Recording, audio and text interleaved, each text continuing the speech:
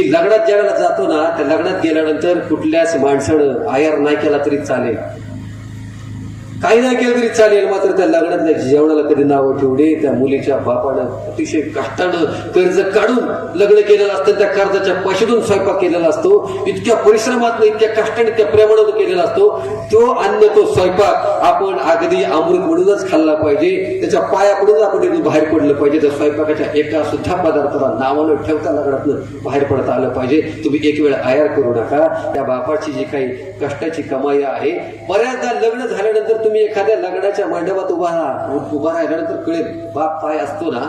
बघायचं असेल तुम्हाला, तरुणींना सांगतो, मुलींना सगळ्यांना सांगतो, बाप बघायचा असेल ना, तुम्हाला खरा बाप सापडेल तो लग्नाच्या मंडपात सापडेल. ज्यावेळेला लग्न होतं मुलीचं, लग्न झाल्यानंतर मुलगी जायला निघते सासरवाडीला, आणि मुलगी सासरवाडीला जायला निघाल्यानंतर ती काय करते की सगळ्याच्या गळ्यात मिठी मारून रडायला लागते. आई रडायला लागते, बहीण रडायला लागते, भाऊ रडायला लागतो, मिठी मारून रडायला लागतो, मैत्रिणी रडायला लागतात. नवरा गाडी घेऊन सजवलेल्या गाडीमध्ये नवरा बसलेला असतो आणि मुलगी त्या गाडीच्या दिशेने यायला लागते. त्या मांडवातला एक माणूस मात्र स्तब्ध उभा असतो, तो असतो बाप. अजिबात रडत नसतो तो पुन्हा बापाकडे कटाक्ष टाकते, त्या बापाकडे पाहते, आणि तरी सुद्धा बाप रडत नाही. बापाला मिठी मारते, बाप अजिबात डोळ्यातलं पाणी काढत नाही. ती मुलगी गाडीकडे जाते, गाडीमध्ये बसते, दरवाजा लावण्यापूर्वी पुन्हा आईकडे नजर टाकते. आई रडत असते, बहीण रडत असते, भाऊ रडत असतो, तिच्या मैत्रिणी रडत असतात. पुन्हा एकदा वडिलाकडे पाहते, वडील अजिबात डोळ्यातनं अश्रू काढत नाही, मात्र वडिलाचा चेहरा पडलेला असतो. गाडीत बसते, गाडी स्टार्ट होते, पुन्हा एकदा खिडकीतून वळून पाठीमागं बघते गाडीच्या मुलगी, कारण ती शेवटी काळजाचा तुकडा असते बापाच्या. ती पाठीमागं वळून बघते, मात्र पाठीमागे वळून बघितल्यानंतर पुन्हा एकदा बापाच्या नजर मिळवते.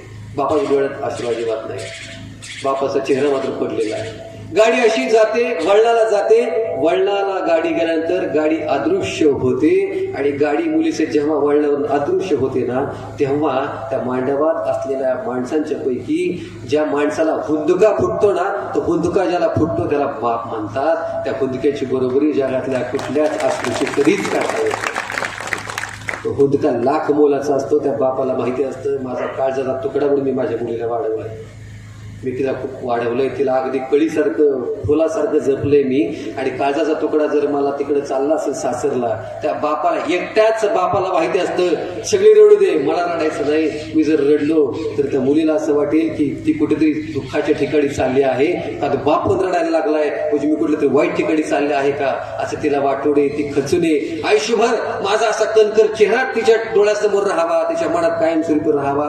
आणि म्हणून ही काळजी फक्त या जगातल्या एकाच माणसाला असते, तो बाप असतो. आणि म्हणून बाप माणूस असं म्हणतो. त्या बापाची जी क्षमता असते, त्या बापाची शक्ती असते ना, त्या बापाची शक्तीच त्या मुलीला नादवायचं सामर्थ्य देत असते, सासरी गेल्यानंतर जगण्याचं सामर्थ्य देत असते. आणि म्हणून मुलगी बापाला आयुष्यभर विसरत नाही. लक्षात ठेवा, बाप आणि आई या नावाचा नुसता अर्थ जाणून घ्यायला लागलो आपण तर तुम्हाला सांगतो सगळा इतिहास त्या दोन्ही चरणाच्या खाली आहे, त्या दोन्ही पायाच्या खाली आहे. बाकी सगळं शून्य आहे, तिथंच सगळं आहे. आणि जर या सगळ्या पातळींवर तर आपण हे दोन माणसांच्या पुशी सगळं आहे, ते दोन माणसांच्या जवळच थोडं आहे.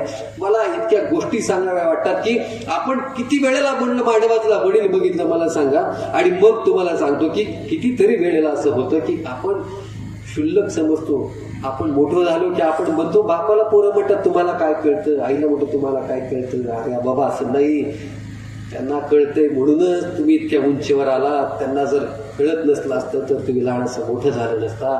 त्यांना कळत नसलं असतं तर त्यांना तुम्हाला वाढवता आलं नसतं. त्यांना कळत नसतं तर तुमच्यावरती संस्काराची रुजवण केली नसती. कळणारी माणसं फक्त ती दोनच आहेत, बाकी कुणालाच काही कळत नाही. आई आणि बापच ही कळणारी खरी माणसं आहेत, असं माझं व्यक्तिगत मत आहे. बाकी कुणाला सुद्धा काही कळत नाही, आणि कळणारी माणसं आहेत म्हणूनच APJ डॉक्टर अब्दुल कलामांसारखा माणूस तयार होतो. कळणारी माणसं आहेत, आई आहेत म्हणून जिजाऊंच्या पोटी छत्रपतींसारखा पुत्र तयार होत असतो. कारण कळणारी माणसं असतात, त्याच्यामुळे कळणारी माणसं कोण असतात तरी उमऱ्याच्या आतमधले आई आणि बाबा असतात. मला असं वाटतं की पुस्तकं वाचण्यापूर्वी एकदा जरा बाबांचा चेहरा वाचा, एकदा आईचा चेहरा वाचा. त्या आईच्या चेहऱ्यावरची स्वप्न बघा. तरुणांना मी नेहमी सांगतो की एकदा ते चेहऱ्यावर बघा, त्या आईने काय स्वप्न पाहिले आहेत, त्या बाबांनी काय स्वप्न पाहिले आहेत. भेगा पडल्या त्यांच्या टाचेला, आईचा अंगठा बसत नाही, थंब लागत नाहीचा. स्वयंपाक करून चुलीत लाकडं घालून घालून बोट झिजली, याच्यावरच्या रेषा पुसल्या सगळ्या. रेषा पुसल्या फक्त आणि फक्त पोरगा तिकडे शिकायला आहे, त्याला 5ला डबा पाठवायचा जेवणाचा, आणि 5ला डबा पाठवायसाठी ही 4ला माऊली उठलेली आहे, 4ला चूल पेटवते आहे, 4ला डबा करते आहे, आणि त्याला पोराला तिकडे खाऊ घालायला सकाळ सकाळ त्याला 8ला त्याला कॉलेज असते, 8च्या आधी त्याला जेवायला मिळावं, असं करत करत आयुष्य घालवलं आईनी. आणि आईच्या बोटावरच्या रेषा गेल्या.